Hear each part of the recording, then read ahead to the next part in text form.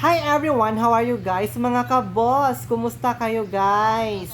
Again, golden rule, bawal mag-skip ng ads. Tapusin ang video from start to end. Lastly, comment, like, and share naman dyan. Thank you po. Anyways, for this video guys, pag-uusapan natin ang tungkol sa subscription. Yes po, this is all about subscription. Paano ma-unlock ang subscription? Ano ang kailangan mong ma-meet para ma-unlock ang subscription? Ano-ano ang mga benefits kapag mag-subscribe ka sa isang page? Malalaman nyo yan for this video.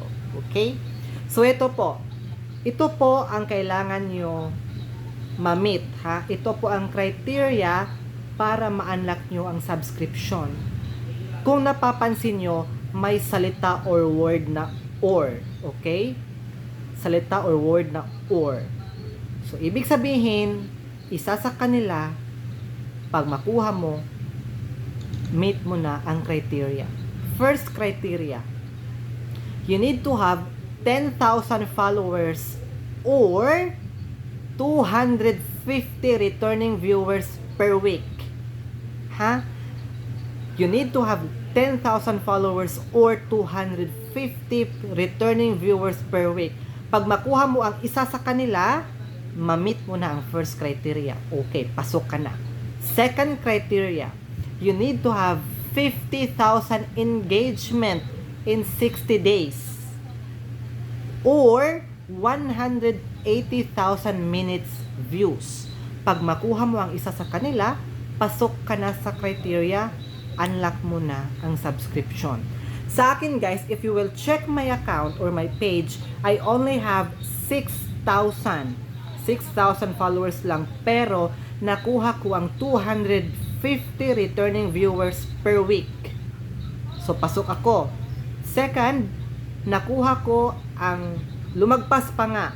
Nakalagpas ako. I only need 50,000 engagement but I reached 150,000 engagement in 1 month. So, hindi ko nakuha ang 180,000 minutes views, pero nalagpasan ko pa yung kailangan ko na engagement. So, pasok ako, kaya na-unlock ang aking subscription. So, ibig sabihin, isa lang, hindi mo kailangan makuha yung apat na criteria. It's either, sa first criteria, mayroon dalawa, makuha mo ang isa sa kanila, okay. Sa pangalawang criteria, meron din dalawang kailangan mong ma-meet.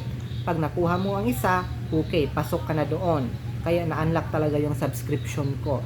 Wala akong option na mag-set up ng subscription. Automatic, nung na-reach ko na ang criteria, automatic napunta siya sa tools ko. So, walang option to set up. Automatic siya. I don't know sa iba, pero sa akin, automatic siya. So, ano-ano nga ba ang mga benefits kapag nag-subscribe ka sa isang page? Basahin po. Ito po ang mga benefits kapag nag-subscribe ka sa isang page. So yan po. So I hope may natutunan kayo guys, and I hope pag-igihan nyo, pagsikapan nyo at trabahuin nyo para ma-reach nyo yung mga kailangan na criteria para sa in-stream ads, subscription, or sa ads on reels, or sa iba pa, no? Sana lahat tayo aangat, di ba? Kasi yun naman talaga yung goal natin. Suportahan natin ang isa't isa para din aangat tayo sabay-sabay. Okay? So, pag may mga tanong kayo, kung kaya ko lang sagutin, i-comment nyo lang, ha?